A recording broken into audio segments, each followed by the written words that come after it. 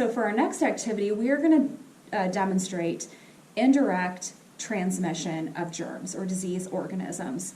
And to do that, I'm just going to need a bowl, a sponge or a washcloth, and some water. So to do this activity, if you have 4, 6, or 8 people, or even 10 possibly, if you have a lot of family members there, if you have a group that size, you can divide into 2 teams. And we're going to do this like a relay race, like in track where you have the baton and everything.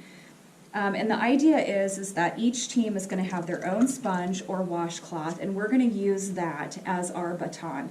So to set up your track, if you will, you can run around a building, like your house or a barn, or you can make a starting point and then run to like a tree or the side of a building, whatever you want to do, it doesn't matter, but just kind of create your course.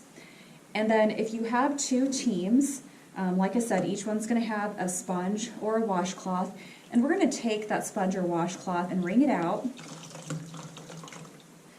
I don't want to wring it out so much that it's dry. I want it to still be wet. I just don't want it necessarily to be dripping a whole bunch.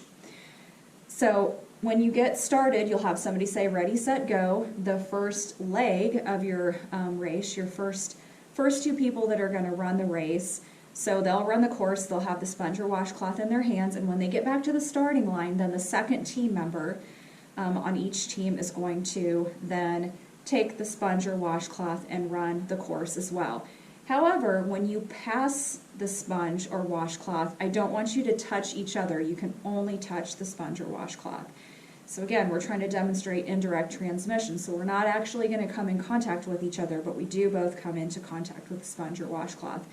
Now, if you don't have enough people to do 2 teams, that's totally fine. What you'll do is everyone that's there will just take turns running the course, and you can time everybody if you want to, make it a contest that way, or you can just run the course and just have fun. All right, so does that make sense? So go ahead and take your activity outside, run that course. You can hit pause on your way out, then when you come back in, hit play, and we'll talk about what you found out. Okay, so hopefully you had some fun running your race outside. So what did you guys notice when you handed the sponge or the washcloth to the next person behind you?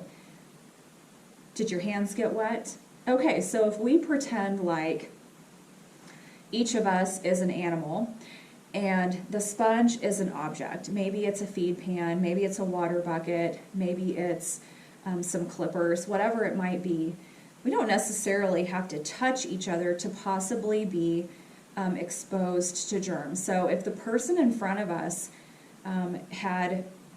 was ill and was shedding some of those germs, if we came in contact with that same object that they touched, we could get some of that, be exposed to some of that. So that water is going to represent those germs. Every one of us got wet, didn't we? When we grabbed that sponge or washcloth. So just think about that. Sometimes touching objects in common, again, we don't have to come in contact with another person, or if we're an animal, we don't have to come into contact with other livestock to potentially pick up those germs.